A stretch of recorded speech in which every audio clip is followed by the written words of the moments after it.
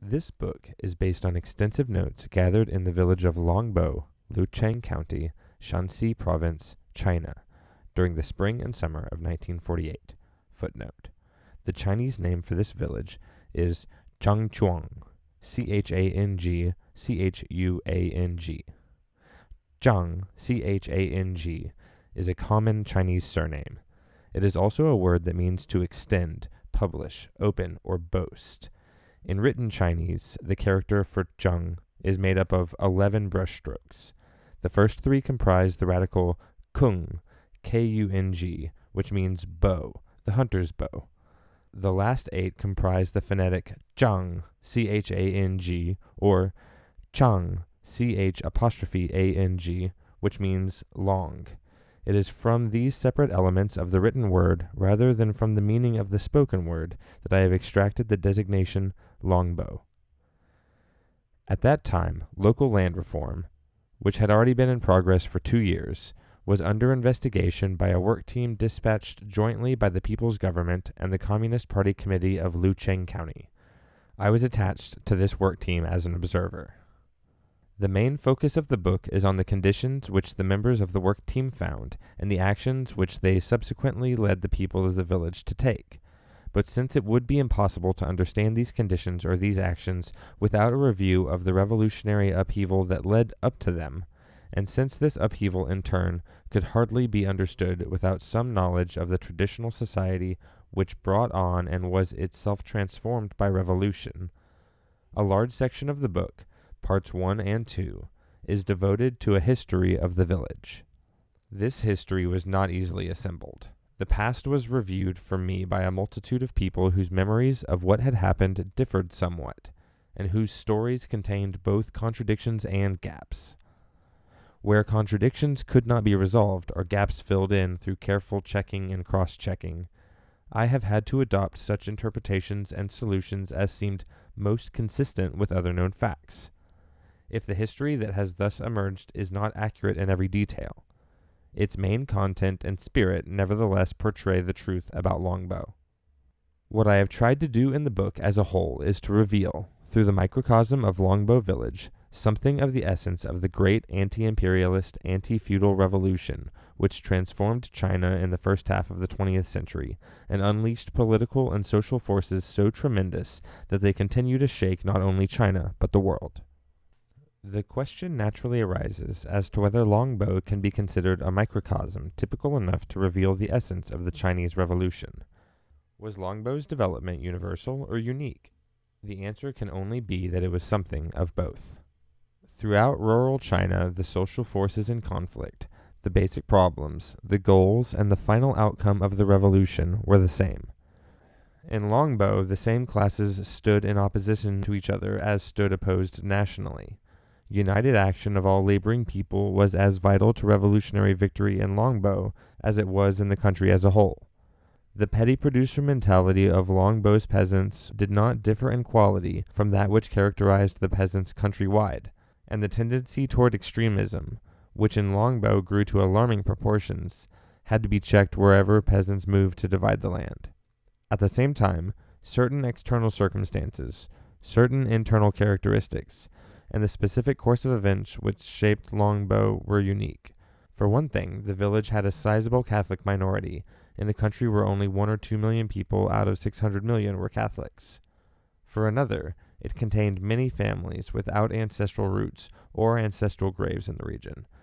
This meant a weak clan structure in a country where clans have traditionally played a very important role.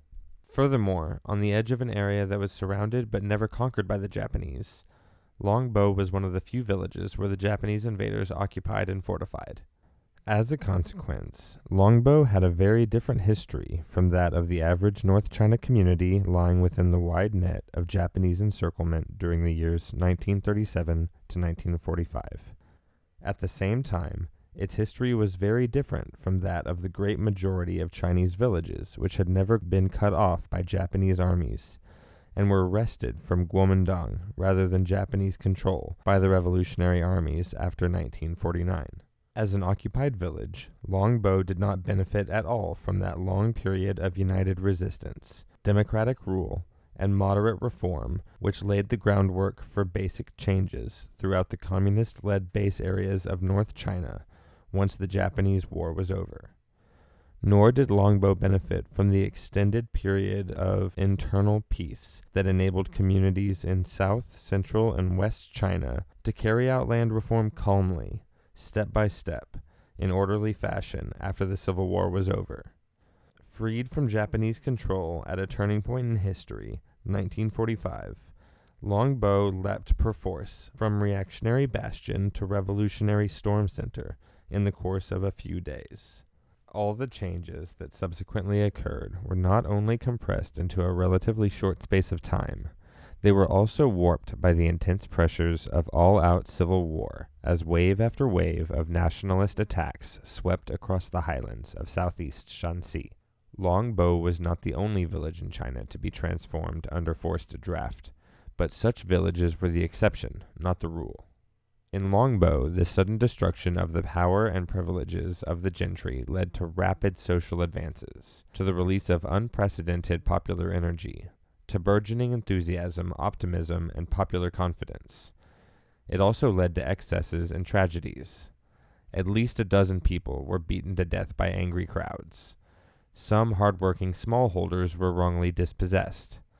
Revolutionary leaders at times rode roughshod over their followers. When the land reform team to which I was attached came to the village in 1948, its main job turned out to be righting the wrongs of the immediate past. Before these wrongs could be righted, they had to be exposed. The work team, the village officers, and the majority of the population concentrated for an extended period on what was wrong with past policies and the conduct of individual leaders. They did this not because the wrongs of the situation outweighed the rights. On the contrary, quite the reverse was true, but because the wrongs constituted a serious obstacle to further progress, an illness that, if not cured, could become lethal. This book, by reflecting this concentration, gives crimes, mistakes, detours, and discouragement more weight than they deserve in any overall evaluation of Longbo's development. It thus tips the scale even further toward the exceptional and away from the typical. When it comes to telling the story of the Chinese Revolution, however, all of these exceptional factors, far from creating obstacles, present very definite advantages. Because contradictions arose in especially acute form in Longbo, and problems tended to etch themselves in very sharp relief, I felt able to observe the revolutionary process more fully and to understand it more deeply than I would have been able to do under more average circumstances and in more average surroundings. But the reader should keep in mind that not many villages in China followed such a tortuous path to liberation or experienced so much pain on the way.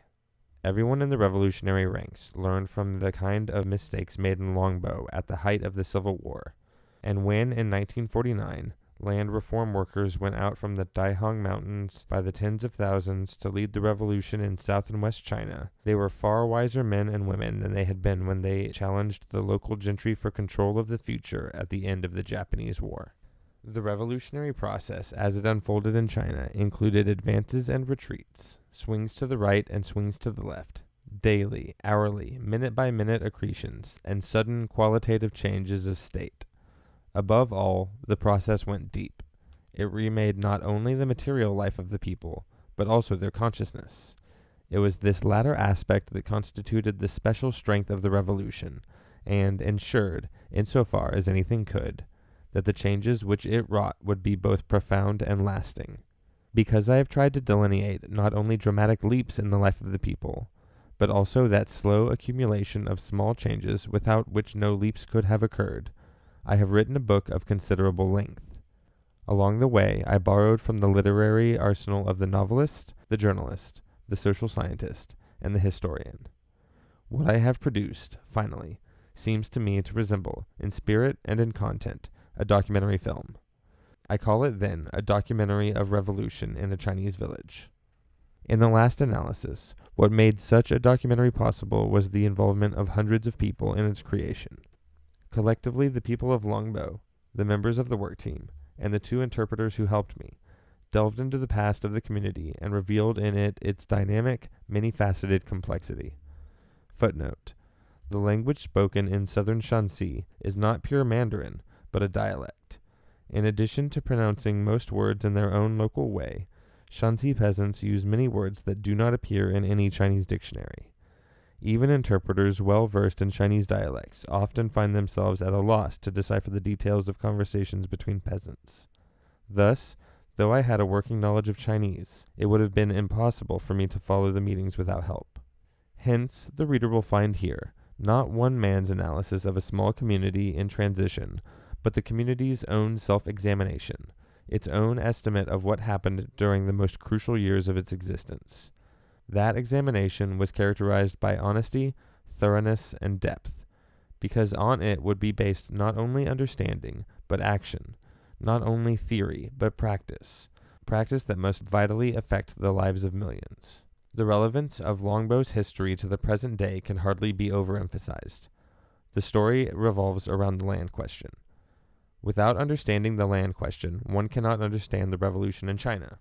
And without understanding the revolution in China, one cannot understand today's world. But the impact of the land question on world affairs is not a function of China's specific gravity alone. Who shall own the land? Who shall rule the countryside? These are primary questions in the revolution that is sweeping the whole of Asia, Africa, and Latin America. That revolution, far from dying away, is intensifying. Sooner or later, all those countries where agricultural production is a main source of wealth, and the relation between owners and producers a main source of social conflict, will undergo great transformations. An understanding of the issues involved and the solution already applied by one great nation is therefore important. In countries that stand on the verge of land revolution, people are eager to study such lessons. In countries like our own, whose leaders have the capacity to hasten or delay, though not forever to prevent, such transformations in other lands, people ought to study them. Because of these facts, I believe that this book is at least as timely today as it would have been had it come out 18 years ago, when I first gathered the raw notes for it in Longbow Village. What happened in China yesterday may well happen in Brazil, Nigeria, or India tomorrow. Land reform is on the agenda of mankind. William Hinton, Fleetwood, Pennsylvania, May 1966.